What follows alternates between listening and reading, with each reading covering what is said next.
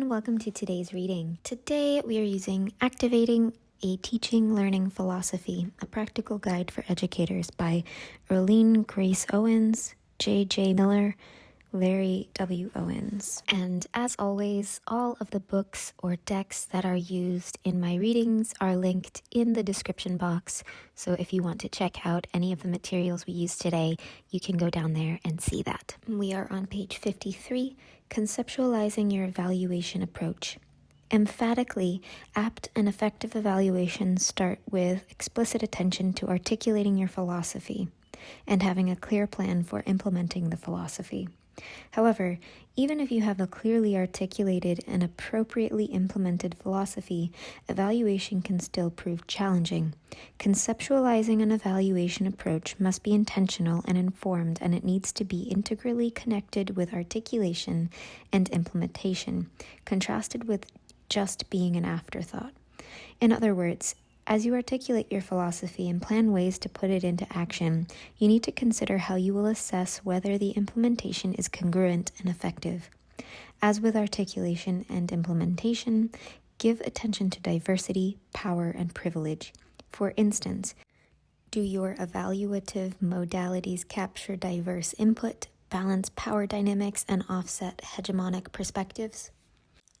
At this moment, 1:17:77 came up on my time, so 77 or 777 may be an important number to you. You may have been seeing that lately or will be seeing it soon. This is a confirmation that you are heading in the right direction. Typically, I would do a numerology analysis, but that was a very specific message that came through for that number for someone in this reading. It sounds to me like you have something that you are trying to put into words or an idea that is very amorphic, and you are trying to bring it into a more clear perspective so that you can do something with it. You might be trying to start a project with it. You might be trying to just communicate it to another person or to yourself. Maybe you just want to take a concept that you have been working on or a download that you have received from the universe at large, and you're trying to understand it better. For those of you who are trying to put it into practical application or trying to communicate it with others, the problem that you are getting into is that you're overcomplicating it, is what I'm getting.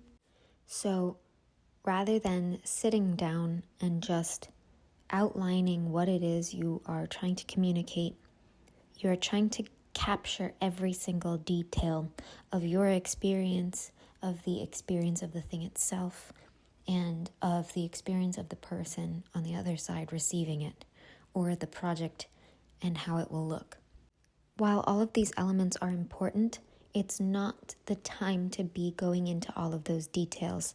Those details will be highlighted naturally if the interest is there, and the interest can't be there if people don't have an ability to conceptualize of what you're talking about in a very overview-like manner. The same goes for with your project. It's not going to take shape if you don't put the skeleton or the framework in first.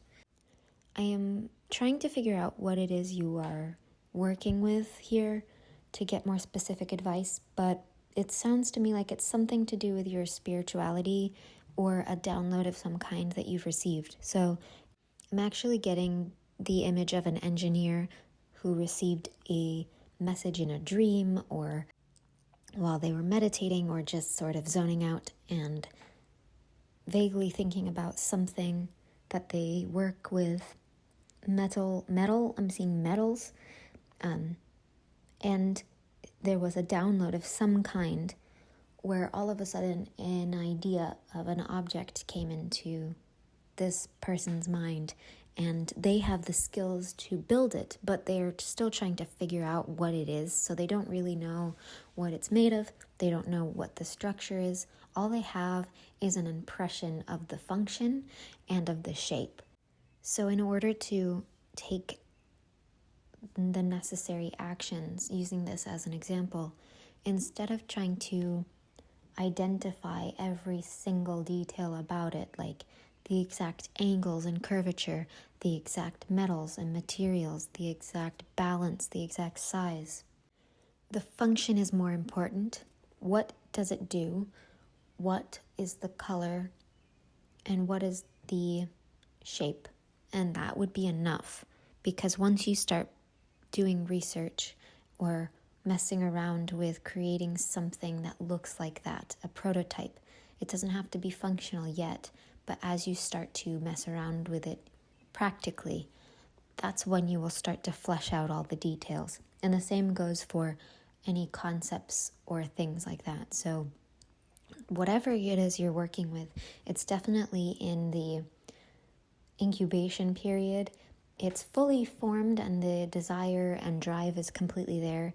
It just needs to be worked out, and you are being encouraged to do more practical outlining with this thing. So if it's a spiritual concept, do some journaling about it.